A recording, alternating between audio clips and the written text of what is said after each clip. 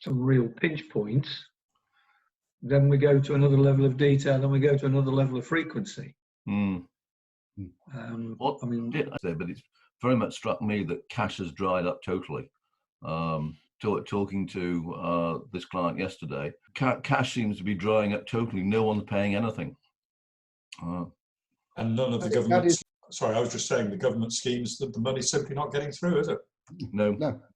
Is what they're saying on the news. There's a whole load of stuff this morning about that, and the minister, whose name I can never remember, was saying yesterday, wasn't he, that it's payback time. We bailed you out, so it's time you supported the rest of us.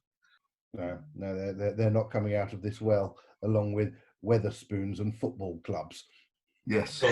Well, let's name and shame, Mark. It's 3 football clubs so far, and certainly I think they're the 7th richest club on the planet. The way Spurs have behaved the last 24 hours is an absolute disgrace. I haven't seen what have they done. So the chairman gets a £3 million bonus and gives the non-playing staff of 550 30 minutes notice that they're all being furloughed, that the club won't be topping up the government's 80%. Meanwhile, the playing staff, on an average income of 76,000 a week, take no pay cut at all. Absolutely. I think you hope people will remember this stuff. Going back to your client who you were cash flowing, obviously we've been talking about different sectors within law firms and how they're going to survive. Obviously, resi will fall off a cliff. What do we think about commercial property? No, they've had work on this week, but they've furloughed a lot of their admin staff. They haven't planned to furlough their fee earning staff yet. But they are expecting a fall off, no doubt about it, and particularly cash drying up. They'll reach the same cliff edge just a couple of weeks after resi, I think. Yeah, he said their commercial property team is still reasonably okay, but they're expecting it to dry up. Obviously, they don't do a lot of resi, but that's gone. But wills and probate are busy, employment's busy, litigation is continuing, but presumably people won't be starting new litigation because nobody's got money. Again, corporate commercial, there'll be bits and bobs, but it's all slowly drying up. As a firm, they're fine because they've got big cash reserves. But purely corporate commercial, we'll see an uptake in distressed sales. Yeah, but that still requires people having money, and it's got to be in sectors where they're going to sort of, where there's some glimmer that you might actually be able to start trading again, because there's so many sectors in terms of retail, leisure, hospitality that are just completely dead. The day before, I was listening to a BDO webinar about this, which by and large was very good.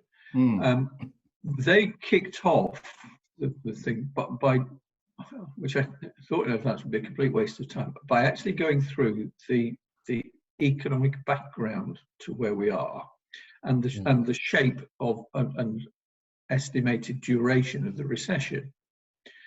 And it was very clear that the government and those who feed off official statistics of one sort or another are looking at this being essentially over and done with within 1 quarter. That the second quarter of this current year, started yesterday, will be a disaster. GDP minus 15, 20, 25%, whatever figure you choose. Yeah. But that by Q3 and Q4, it will be back to about minus 2%, which in normal times would be considered a recession. Yeah. And that it will be in the plus zone by the first quarter of next year.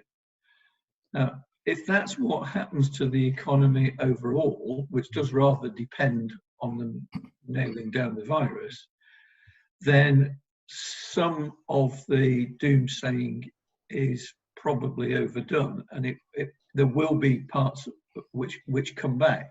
If that's what happens in the economy, there's no reason for commercial properties to still be desperate in December.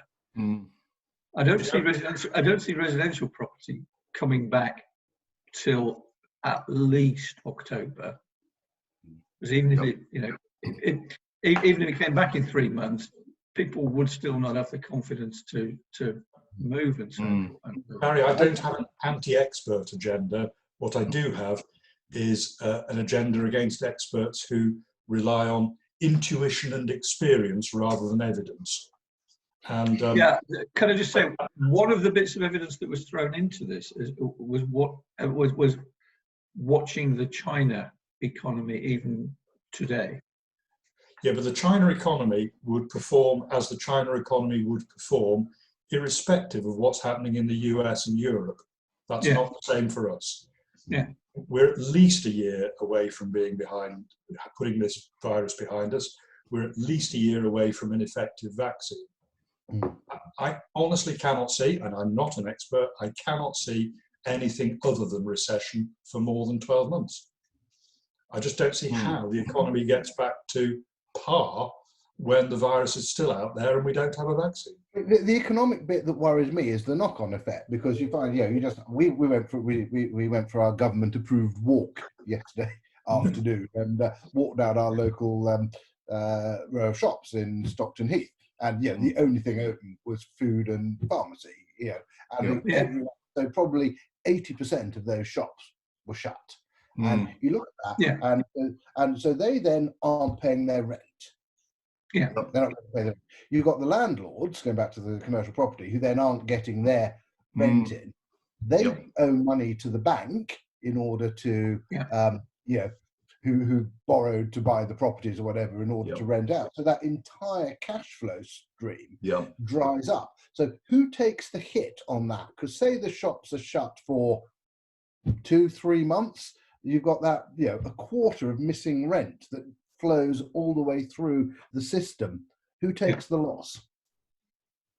Well, it's like a domino effect. I thought it ends up at the government. Because the banks will be it'll get stuck at the banks, and then the banks will turn around to the government and say, well, you told us to do this, you find a way to fund it, fund us out of it. I'm afraid I've been taking the long-term sort of macroeconomic view that if you look at the economy of this country post the Second World War, it effectively took us 50 years to recover economically after that. And you then look at tax rates, and you had corporation tax was at what, 40%? Personal tax was at 33% during the 60s and 70s. We've got used to these incredibly low taxation rates of 19% corporation tax, 20% income tax. And I suspect, it will all flow through until entirely the banks will take it. The banks then turn to the government again and say, get us out of this hole. At which point, when the economy does begin to pick up, the only thing left for the government to do is to massively hike tax. So that is my macroeconomic theory of the day, I'm afraid. It's one I agree with, and I think it'd be music to Keir Starmer's ears. Well, somebody said, didn't they, that he'll shortly be presenting John McDonnell's budget. You'd have to think, wouldn't you, that if Corbyn hadn't been such a disaster, if Labour were only 40 or 50 seats behind the Tories, you could call the next election now. But if my aunt was my uncle, etc. Well, that's why I'm going to go, because I have things to do. But it's lovely to speak to you all. No, very much so. Have a good weekend. Although obviously, how we tell the difference between a week and a weekend is challenging. Different room, I think. And, nice to see everyone. We'll see you next week. Okay. Bye. Cheers. Bye. Bye. Bye.